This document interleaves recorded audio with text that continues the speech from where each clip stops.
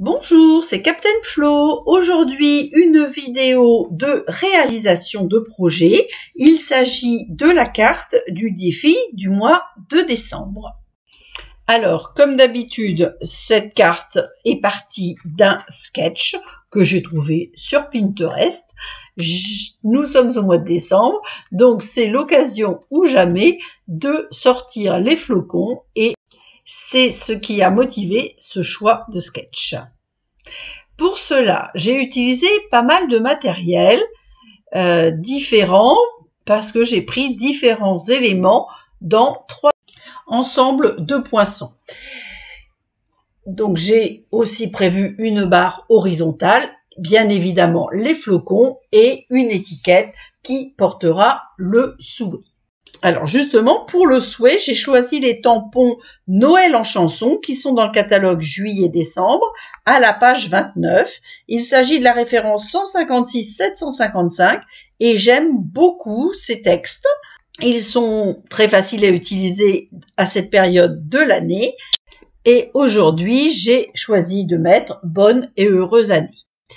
Pour la partie cercle ou spirale, donc bien évidemment, si vous n'avez pas ce genre de poinçon, vous réalisez votre cercle d'une autre manière. Moi, j'ai plein d'autres idées en tête, mais je ne dois pas vous dire comment faire.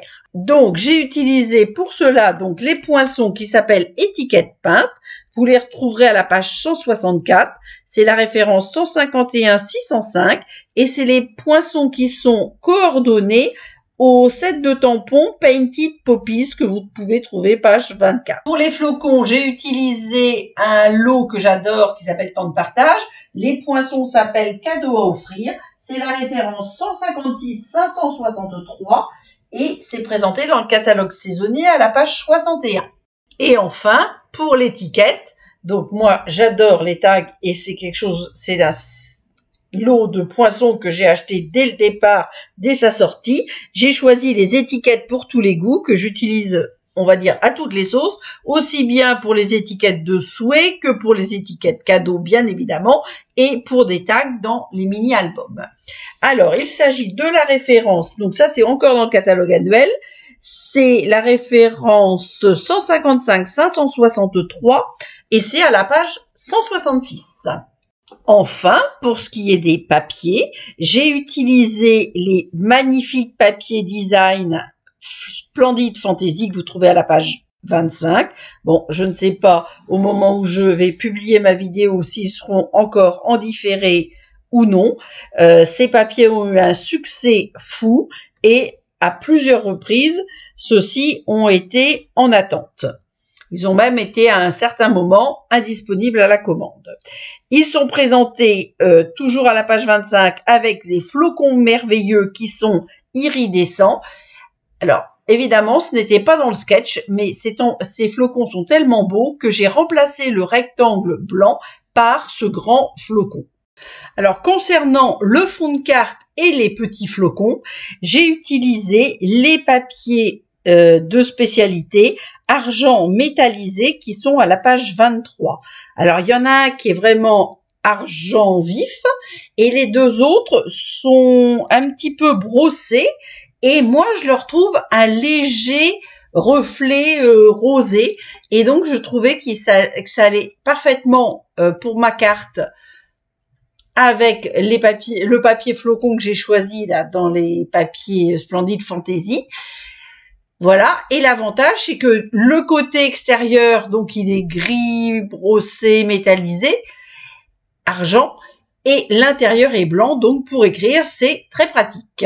Donc ça, c'est la référence 156-457, à la page 23 du catalogue saisonnier. Bon, au niveau matériel, je crois que je vous ai tout dit.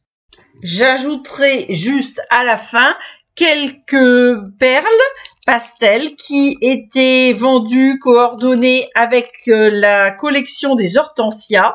Bon, c'est des produits qui n'existent plus au catalogue, mais d'abord j'ai trouvé très jolis et en plus ils sont parfaitement assortis avec ma carte, donc je ne résisterai pas à ajouter quelques perles fleurs de cerisier.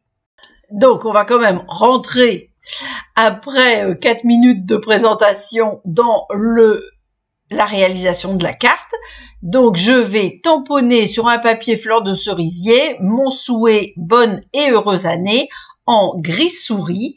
Et ensuite, j'irai faire la découpe avec l'étiquette pour tous les goûts que j'ai choisie. Bien évidemment, j'utilise comme d'habitude mon Temparatus, qui est mon outil de prédilection. Donc, je pose mon tampon, je vérifie l'alignement sur la ligne quadrillée, car c'est quand même capital. Je vérifie que je pourrai découper facilement mon étiquette pour tous les goûts. Puis, je tamponne, comme je vous l'ai dit, en gris souris, pour qu'il y ait quand même bien du contraste. Et ensuite, je vais évidemment faire ma découpe avec la machine de découpe. Bien évidemment, avant, j'aurais nettoyé mon tampon et je l'aurais rangé dans sa petite boîte. Voilà, j'avais préparé aussi l'œillet pour l'étiquette. J'ai oublié de vous dire, lorsque je fais les étiquettes, je découpe la série des œillets en une fois. Donc, quelle que soit la couleur, je conserve les œillets d'avance. Comme ça, j'en ai toujours pas mal d'avance. Et parfois, j'ai le bon modèle et la bonne couleur. Voilà, donc une fois que le nettoyage et le rangement vont être faits, je vais déplacer mon Temparatus et je vais pouvoir ainsi aller faire ma découpe. Donc, je remets tout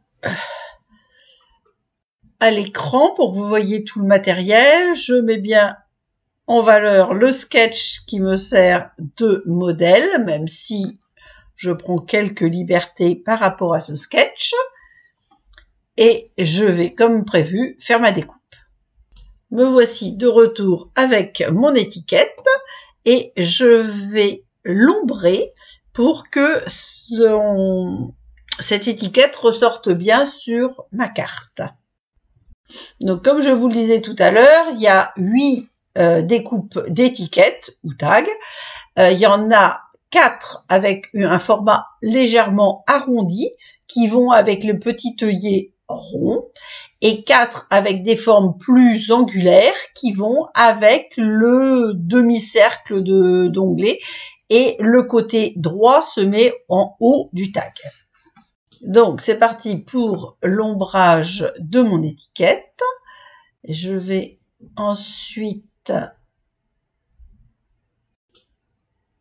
coller l'œillet. Alors, l'œillet étant quand même relativement petit, il faut mettre très peu de colle. Donc, l'astuce, c'est de mettre 2 tout petits points de colle liquide multi-usage Stampin' Up de part et d'autre de la perforation.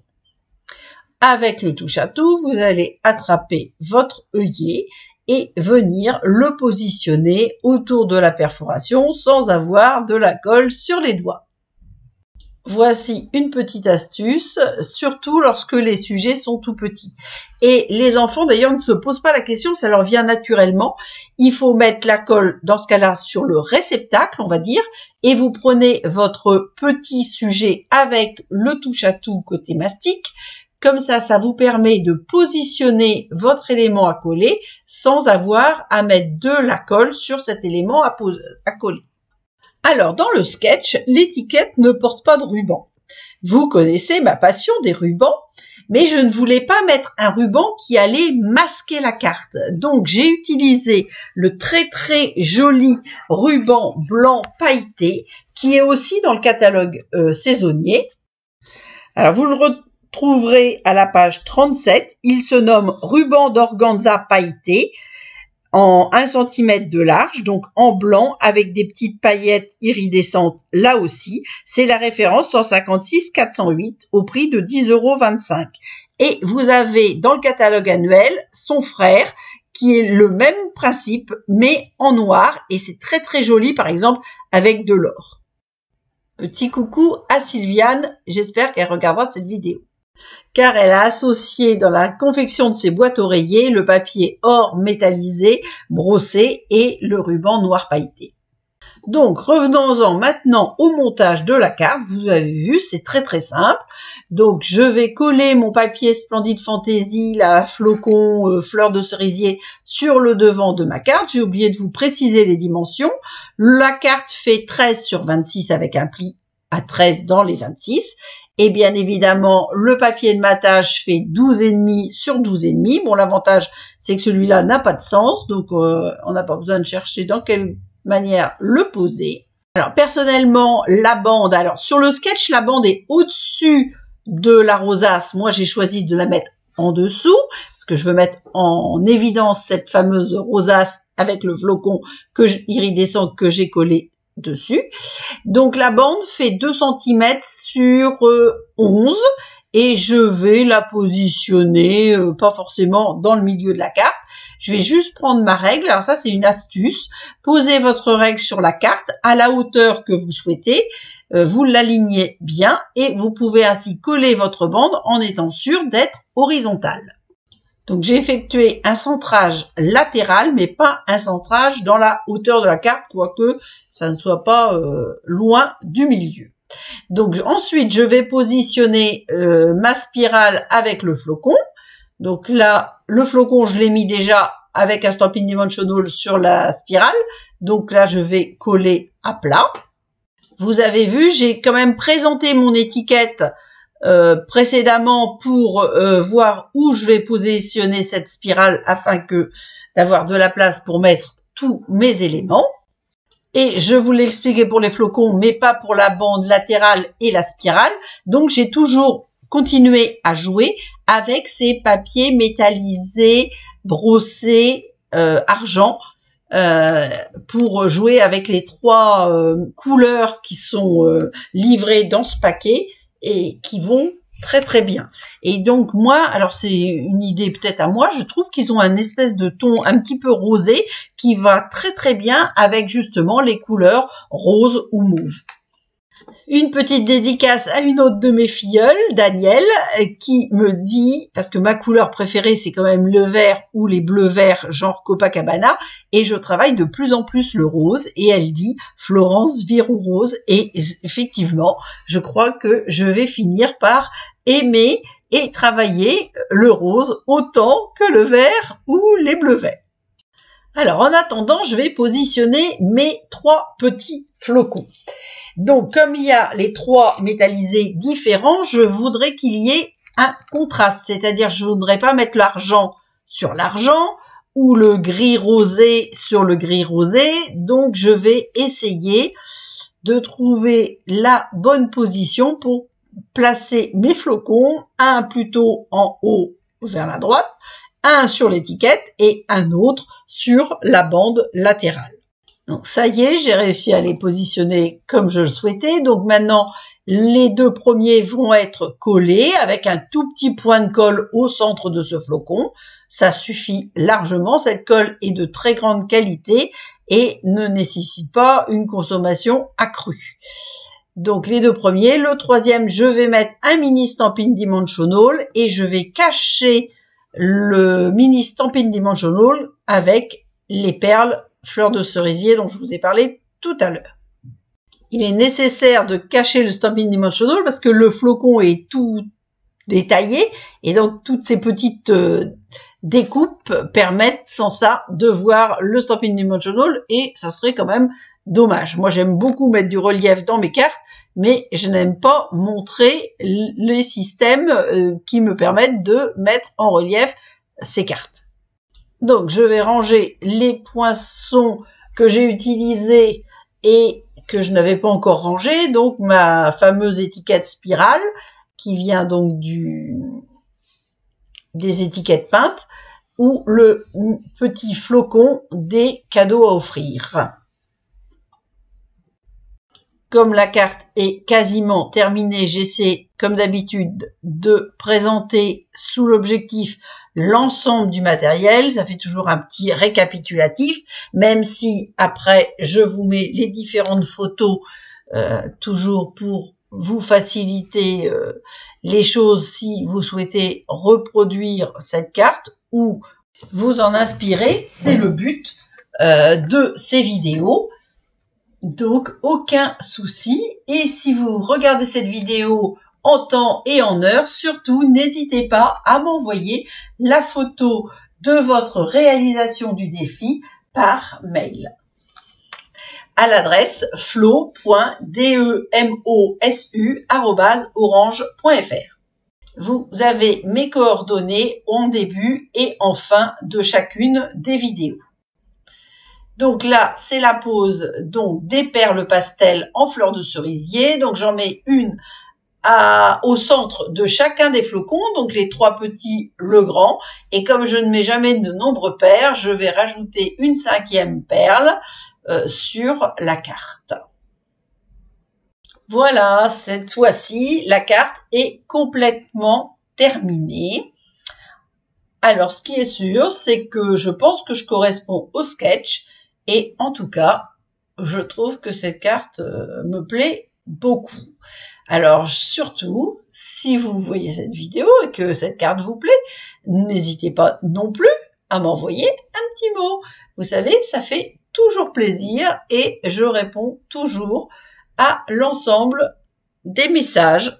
Donc, je vous fais un petit zoom sur la carte et son sketch afin que vous voyez de plus près l'ensemble de la réalisation, même si dans quelques instants, je vous mets les photos complémentaires de tout le matériel ainsi que le sketch et la carte. Donc, je vous donne rendez-vous comme d'habitude samedi prochain pour une vidéo de technique afin de bien préparer vos fêtes de fin d'année. D'ici là, prenez soin de vous, portez-vous bien et gros bisous!